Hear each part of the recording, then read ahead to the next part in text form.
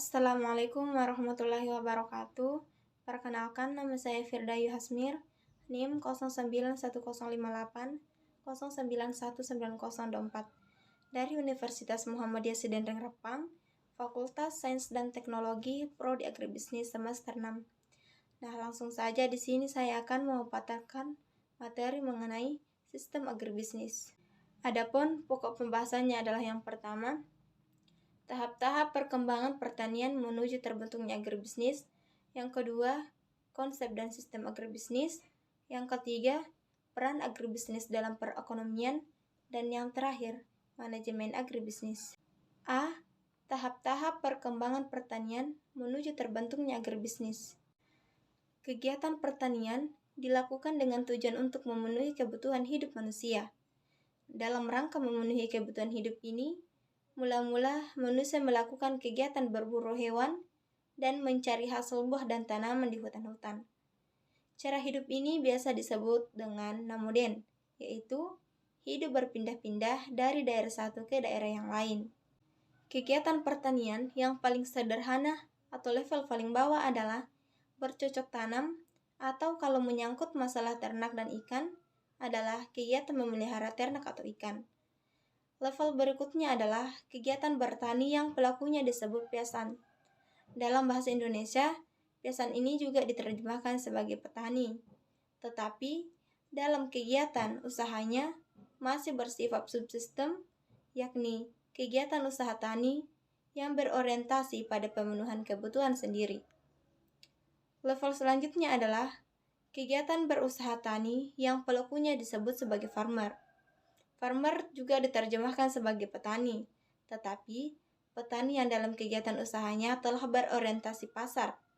Keuntungan menjadi motivasi utama dalam melakukan kegiatan pertanian. Nah, muncul sebuah pertanyaan. Lalu, bisnis pertanian bagaimana yang disebut sebagai agribisnis? Nah, bisnis pertanian dapat disebut agribisnis apabila kegiatan usaha tersebut telah dipersepsikan sebagai bagian dari suatu sistem bisnis yang lebih luas. B. Konsep dan sistem agribisnis.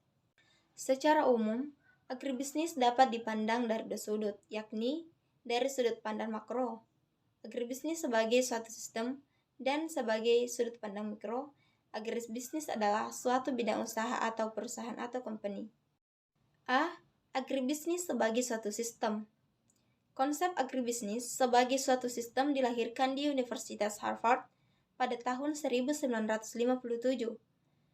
Pada saat terbitnya sebuah buku A Comprehension of Agribusiness, tulisan bersama J.H. Davis dan R.A. Waldberry, yang selanjutnya dirilis oleh De Leon 1974, yakni agribisnis adalah penjualan total dari seluruh kegiatan yang menyangkut manufaktur dan distribusi dari sarana produksi pertanian, kegiatan yang dilakukan usaha tani, serta penyimpanan, pengolahan, dan distribusi dari produk pertanian dan produk-produk lain yang dihasilkan dari produk pertanian. B. Agribisnis sebagai bidang usaha. Agribisnis juga mengedepankan aspek bisnis dan pelaku bisnisnya. Dipandang dari sudut ini, agribisnis dapat diartikan sebagai kegiatan yang terkait dengan pertanian dalam arti luas sebagai sistem agribisnis yang pengelolaan organisasinya dilakukan secara rasional dan dirancang untuk mendapatkan nilai tambah komersial yang maksimal dengan menghasilkan barang dan jasa yang diminta dari pasar. C. Peran agribisnis dalam perekonomian. Krishnamurti 2001 mengungkapkan bahwa peran agribisnis dalam perekonomian nasional adalah sebagai berikut. Yang pertama, agribisnis mempunyai peran penting dalam pembentukan produk domestik bruto atau PDB. Yang kedua, agribisnis berperan dalam penyerapan tenaga kerja. Yang ketiga, agribisnis berperan dalam penyediaan bahan-bahan pangan. Yang keempat, agribisnis berperan dalam mewujudkan pemerataan pembangunan dan hasil. Yang kelima, agribisnis berperan dalam pelestarian lingkungan hidup, budaya, dan pariwisata. Kemudian yang terakhir, Agribisnis berperan sebagai pemacu pertumbuhan ekonomi. Manajemen agribisnis adalah kemampuan mengelola dalam implementasi bisnis pada semua subsisten agribisnis.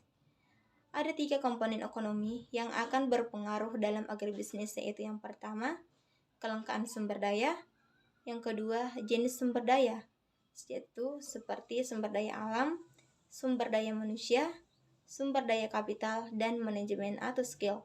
Kemudian yang terakhir, keinginan dan kebutuhan manusia akan kebutuhan pokok dasar manusia, terutama pangan yang merupakan produk yang dihasilkan dari agribisnis.